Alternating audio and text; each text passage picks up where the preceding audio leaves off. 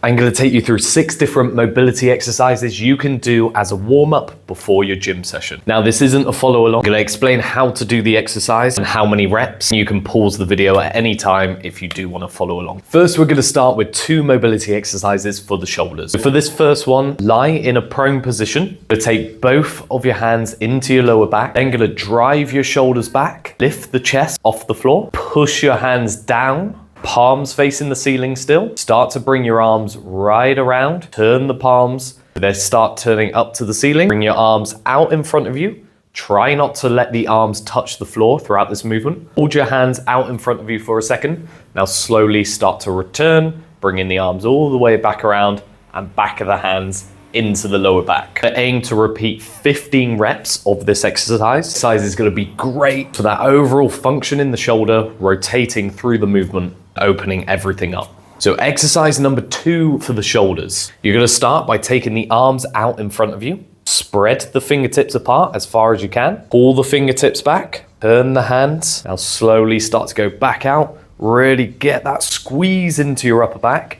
And then we're just going to do 5 small rotations. Then after those 5 rotations, you're going to slowly start to bring the arms back forward, release the hands, just shake it off a little bit. This exercise is going to be brilliant if you've been driving or sat at a desk all day, just to try and open up that chest, get that activation in your upper back. For this exercise, repeat the 5 rotations 5 times. Next up, we're going to move into a little bit of rotation. First one of my favorites, we're going to do a supine twist. You're going to lie on the back, take both hands out to the side into a T shape, really press the back of the hands into the floor. From here, you're going to kick one leg up to the ceiling, other leg stays down, and you're going to slowly bring that leg down the opposite side. Do your best to keep the leg straight and try and keep your shoulders pinned into the floor. As you bring that leg down, trying to get the toes to touch the floor. From this position, bring your leg back up to the top and take the leg down. You're gonna bring the other leg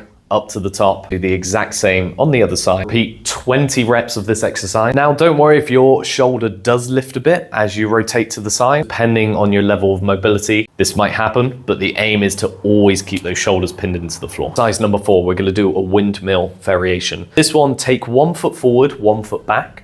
The front of the back foot should be in line with the back of the front foot. Once you've got this stance, you can take your stance a little bit wider if that feels more stable, or you can go slightly more narrow. It's up to you. From there, take the front arm onto the inside of the thigh, reach the back arm right up to the ceiling. Here you're gonna slowly take that arm down the inside of the thigh. You can bend both your knees here if you need to, and trying to reach into the floor, holding that position for a second, and then slowly returning yourself to the top and stay on that same side. We're gonna repeat 10 reps on that side and repeat 10 on the other. Try on this exercise to focus on the rotational aspect. And make sure those shoulders are in line so you're not leaning over to one side. Next up, we're gonna work on the hips. So you're gonna start in a high plank position, one leg out to the side and try and plant your foot as close to the hand as you can. In this position, just drive the knee forward slightly to open up the hips. Hold for a second or 2, turn to the start and slowly bring out the other leg and do the exact same. Together, doing 20 reps on this exercise. And always do your best to get that foot as close to the hand and try not to touch the floor until the last minute. For the last one, we're gonna aim to go into a deep squat. This one, we're gonna use a light weight that you can hold out in front, but not so light that you're gonna tip back as you squat. In terms of foot position, wherever's more comfortable. It tends to be about hip width to shoulder width apart. You can turn the toes out slightly as long as the knees are leading in the same direction as the toes. From there, take the weight out in front of you, stand tall, slowly begin to squat down as low as you can while maintaining a straight back. You can use a side-on mirror to judge this. Low into that squat, you're just gonna hold that position for 2 to 5 seconds. Slowly bring yourself back up to the top. You can let your arms rest a second if you need to. Take the weight back up and then slowly squat again.